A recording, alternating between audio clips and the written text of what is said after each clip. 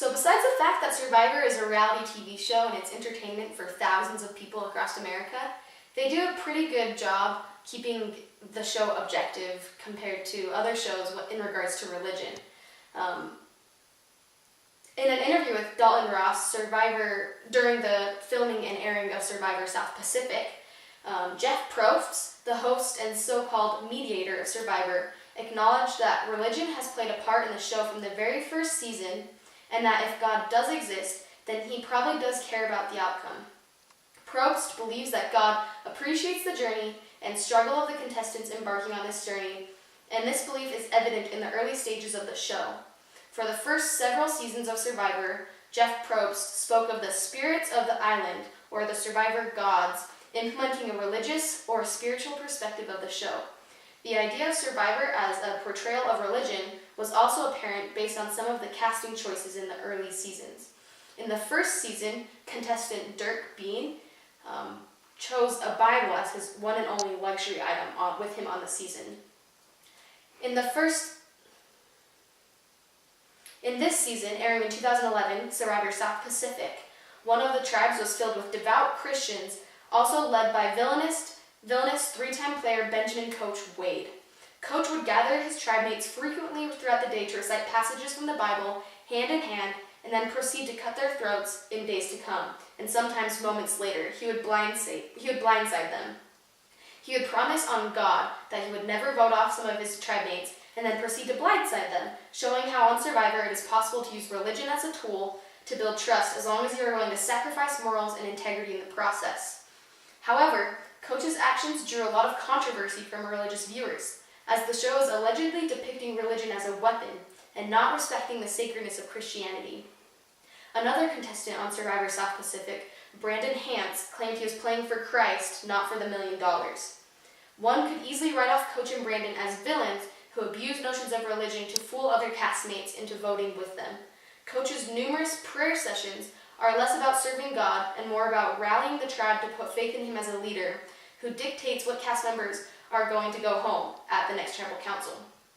The tribe frequently gathered together in prayer and Bible discussions before they would head to compete in challenges. Coach even painted a cross on his face, prayed during the physical competition in the challenge to serve God properly, and then quickly gathered his team together for a prayer after they won, making sure he was in the center of the prayer circle and everyone knew that this was due to God. Another example, good Christian coach Benjamin Wade is known for asking God for guidance as he tries to decide whether to vote off Christian Brandon. In a non-surprise, God tells Coach to do whatever is in Coach's best interest. After the vote is announced, Brandon prepares to head to Redemption Island, or in this sense, he was voted off, and he gives Coach a hug, and Coach tells Brandon it's God's will. These are all examples of how these contestants use Christianity and their religion and their beliefs to bond with one another, but also to help them further their game. Albert, another contestant on Survivor South Pacific, he tells of his experience, and you can watch it. Despite the fact that I'm playing a very calculated, kind of cold, let's win by any means type game, religion is actually an interesting tie that bonds a lot of us, and it's been something I personally believe in God. I'm faithful, and it's something that unites our group, and I think has helped us kind of go deep into this game as one big group. I don't know how the Savai members looked at it at first, but it's a big factor. We pray before a lot of different things that we do, and I think it contributes to the general sense of loyalty and calm. There really isn't as much paranoia within the group as you've seen in previous seasons, and I think that's maybe a big factor. I feel that, I really do. I feel like a lot of people are more comfortable, because of that. Your Brandons are more comfortable. I think Coach is pretty comfortable because of that. Whereas in a normal season, when you don't really know where people are coming from, I think at this stage a lot more paranoia would be heightened. I don't think 7 people would sit out of a challenge unless they were extremely comfortable. I don't think 7 people have ever sat out of a challenge from my recollection of this game. And I think the unity that, sharing faith has contributes to that. It's something that I think we all find as a common ground. Brandon obviously is the most vocal guy in the group about it, and Coach a little bit behind him, but it's in this game and out here, anything that a group of people can all share can always be a great link, whether it's, being sharing the same faith, or any simple commonality can be a nice tie. And I think for us, it's a beautiful way to keep everybody together in this one direction.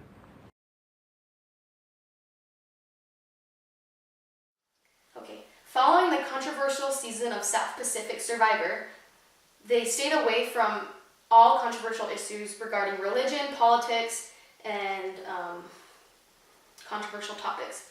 Specifically, religion as a weapon in the big bad game of manipulation.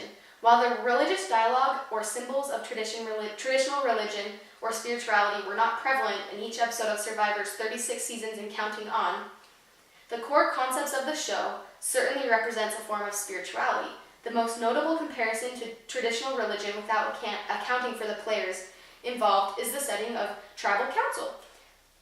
Here, the castaways come to speak their minds and, in essence, atone for their sins. At the conclusion of each trip to tribal council, each contestant steps into the voting booth and speaks their confessional, something which is kept completely private from their fellow tribe mates, an experience which is extremely similar to that of confessions at church. Perhaps the greater religious impact of Survivor is how the show as a whole can be viewed as a greater religious impact. In essence, it's a supplement for religion. In a day and age where young people are abandoning church, synagogue, and all other religious homes at rapid rates, they must turn elsewhere. Viewing a television series as a form of spirituality or a religious experience may have seemed silly in the past, but television now shapes opinions on both religion and God, which has played a part in the dramatic decline in religious following. Survivor, like religion, has found a core group of followers, and the effect it has on these followers is very much a spiritual experience.